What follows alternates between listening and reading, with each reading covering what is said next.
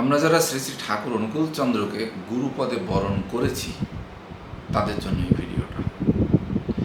এই ভিডিও বার্তার মাধ্যমে খুব বেসিক কয়েকটা কথা আপনাদের সাথে শেয়ার করব।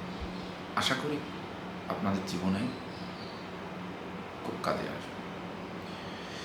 দেখেন, শ্রী শ্রী ঠাকুর অনুকূল চন্দ্র সব কিছুর একটা বাস্তব ভাবভূমির উপরে বা বাস্তব ভিত্তির উপরে দাঁড়িয়েই বলেছে। প্রথমত শ্রী শ্রী ঠাকুর অনুকূল চন্দ্রকে যারা গুরুপদে বরণ করেছি আমরা, আমাদেরকে একটা জিনিস মনে রাখতে হবে যে সৎসঙ্গ বা সৎসঙ্গ দর্শনে বা শ্রী শ্রী ঠাকুর অনুকূল চন্দ্রের দর্শনে অলৌকিকতার কোনো স্থান নেই। অলৌকিকতার কোনো স্থান নেই। কেন এই কথাটা বলছি? কারণ বলছি এই জন্যে যে আজকের দিনে দাঁড়িয়ে মোটামুটি 1 কোটি 2 কোটি 3 কোটি যাই হোক না কেন সৎসঙ্গী পুরো বিশ্বব্যাপী বা বাংলাদেশ ভারতের যে বিরাট অংশ রয়েছে তাতে সংখ্যা যাই হোক না কেন, অন্তত আমি যা দেখি তাই আমি বলছি, আমি যা দেখি সেখানে অলৌকিকতার বিরাট বাহানা। অলৌকিকতার বিরাট বাহানা কীরকম? ইষ্টভীতি করলে এই হবে, ওটা করলে এই হবে, ঠাকুরকে ধরলে এই হবে, স্বস্তানে নিলে এই হবে, নানান রকম। শুধু তাই না, মানে ঠাকুরের সময় ঘটে যাওয়া অনেক ঘটনাকেও টেনে আনা হয় উদাহরণ হিসাবে। কিন্তু আশ্চর্যের ব্যাপার এটা যে ঠাকুর অনুকূল চন্দ্র কিন্তু এইগুলোকে এত বেশি ফোকাস করতে বলেননি, কোথাও বলেননি। যেহেতু আমি চিকিৎসা বিজ্ঞানের একজন ছাত্র বা চিকিৎসা বিজ্ঞানের একজন মানুষ, সবসময় জন্য ঠাকুরের বিজ্ঞান ভিত্তিক কথাগুলো, বিজ্ঞান ভিত্তিক বিষয়গুলো আমাকে আকৃষ্ট করে। তার দরুন আমি চেষ্টা করি সেগুলো একটু ভিতরে ঢুকে বোঝার। সব যে বুঝতে পারি তা আমি বলবো না, আমি যে অনেক কিছু বুঝি তাও আমি বলছি না, কিন্তু যেটুকু বুঝি, যেটুকু অনুভব করি, সব কিছুর মধ্যেই বিজ্ঞান। বিজ্ঞান ছাড়া কিছু হয় না। হয়তো আমি সেটা দেখতে পাচ্ছি না, কিন্তু যিনি তার দ্রষ্টা পুরুষ তিনি কিন্তু সব জানেন, সব দেখেন। ঠাকুর বলছেন যে তিনি যা কিছু বলে গেছেন সবই তার প্রত্যক্ষ দর্শনের উপর দাঁড়িয়ে। সুতরাং এখানে কাল্পনিকতার কোনো স্থান নেই। ধরেন আমরা যে ইষ্টভীতিই করি, আমি ইষ্টভীতির কথাটাই বলছি,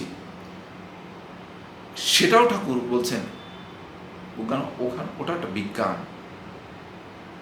ইষ্টভীতিকে বলা হয় সাইকো ফিজিক্যাল অ্যাক্টিভিটি।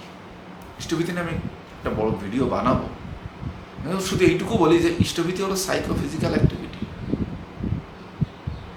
শরীর এবং মনের একটা বিরাট কর্ম হলো ইষ্টভীতি, বা শুধু কর্ম না, ওটা হচ্ছে কর্মোদ্দীপনা শরীর এবং মনের। আরও যদি সহজে বলি তাহলে কি হয়, যখন একটা ছেলে একটা মেয়েকে ভালোবাসে, একটা মেয়ে একটা ছেলেকে ভালোবাসে, দূরত্ব কিন্তু কোনো ব্যাপার না, কিংবা তারা সমাজের কোন ধর্মবর্ণের মানুষ সেটাও ম্যাটার করে না, যদি একবার ভালোবাসা তৈরি হয়ে যায়। ভালোবাসা মানে আসলে সেটা কোন লেভেলের ভালোবাসা সেটা নিয়েও আমি এখন কথা বলবো না। আমি শুধু বলবো যে ভালোবাসা, যে তথাকথিত ভালোবাসা আমরা সকলে দেখি, বুঝি, বলি, ওই ভালোবাসা। তো যাই হোক, ওই ভালোবাসা তৈরি হওয়াতে তাদের মধ্যে কতখানি দূরত্ব, কি ব্যবধান, কোন ধর্মবর্ণের, কোনো কিছু কোনো ম্যাটার করে না। একজন আর একজনকে ছেড়ে তারা থাকতে পারবে না। সুযোগ হলে তারা একে অন্যের হাত ধরে পালিয়ে যায়। যে মেয়েটা জীবনে হয়তো কোনোদিন বাবা মাকে অসম্মান করেনি, কিংবা অন্য কাউকে কোনোদিন অশ্রদ্ধা করেনি, সেই মেয়েটাও সেদিন যেন ঠিক উল্টে যায়। আমরা এমনও ঘটনা দেখি, এমনও ঘটনা ঘটে আমাদের পাশে যে আমরা কখনো ভাবিনি যে এই ছেলেটা বা এই মেয়েটা এই কাজ করতে পারে, অথচ সে সেই কাজটাই করে। তাহলে প্রশ্ন হলো যে কোথা থেকে কিভাবে সে করলো? ওই ভিতরে এই শক্তি সে কোথায় পেল? ওই ভিতরে ওই একটাই ভালোবাসার শক্তি, তার সাথে একটা মানসিক অ্যাটাচমেন্টের শক্তি। তার ভিতরে এমন কিছু কাজ করেছে, মানে হরমোনাল, সবই হরমোনের খেলা।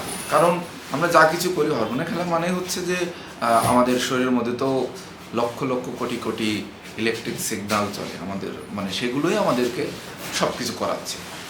এই যে ক্যামেরায় দেখছি, কথা বলছি, বা চোখ দিয়ে দেখছি, মুখ দিয়ে কথা বলছি, সব কিছু যে একটা সুন্দর সামঞ্জস্যভাবে চলছে, তার মানে শরীরের মধ্যে প্রতিনিয়ত হাজার হাজার লক্ষ লক্ষ সিগন্যাল চলছে, এবং সেই সিগন্যালের আমরা সব কিছু করি।